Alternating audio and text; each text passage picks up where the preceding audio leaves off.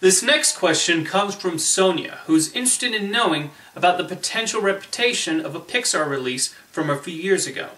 From the way I see it, The Good Dinosaur has, more or less, become the black cauldron of Pixar.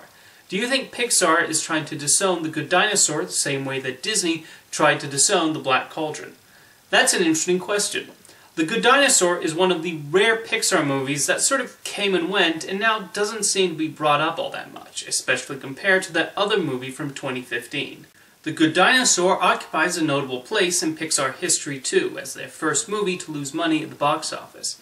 However, while plenty of folks wondered when Pixar would eventually make their first flop, The Good Dinosaur's failure did not seem to attract the media attention one might expect from such an event.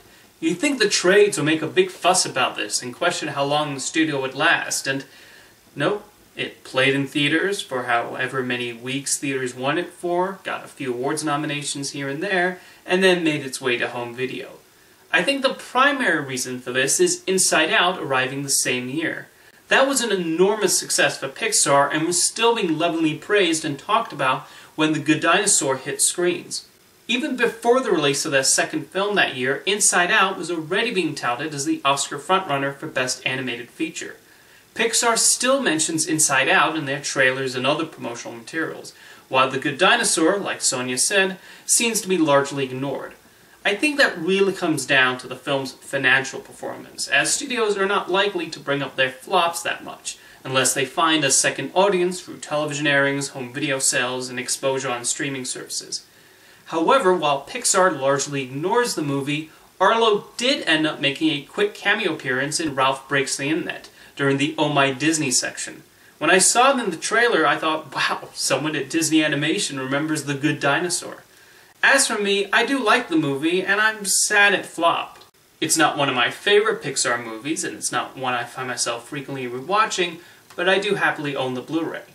Speaking of which, one thing that does set The Good Dinosaur apart from the Black Cauldron, Disney Animation's black sheep, is that it's not been buried or made hard to find. You can easily get The Good Dinosaur on a physical format, and I'm sure will be available on Disney Plus once that launches. I'm sure it's even aired on the Disney Channel a few times.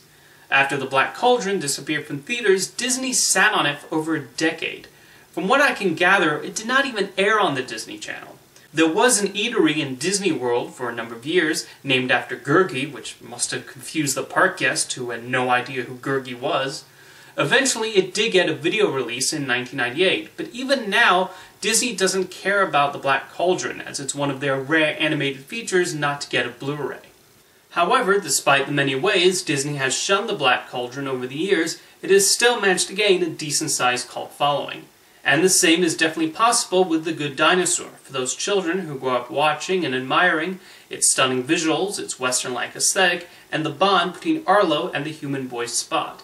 It's a rather unconventional animated family film in many ways, as the film tells so much of its story through the atmosphere, and the pacing is a tad slower and more laid back than we might be accustomed to seeing. While I do find the film is a bit of a slug when we're at the farm in the beginning, I do think it picks up when Arlo is washed down the river and he starts on his journey.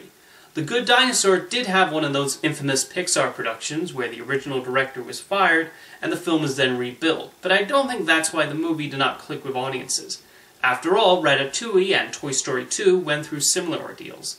The main thing I hope Pixar does, though, is give the director Peter Sohn another movie to direct, this time with a story of his own invention.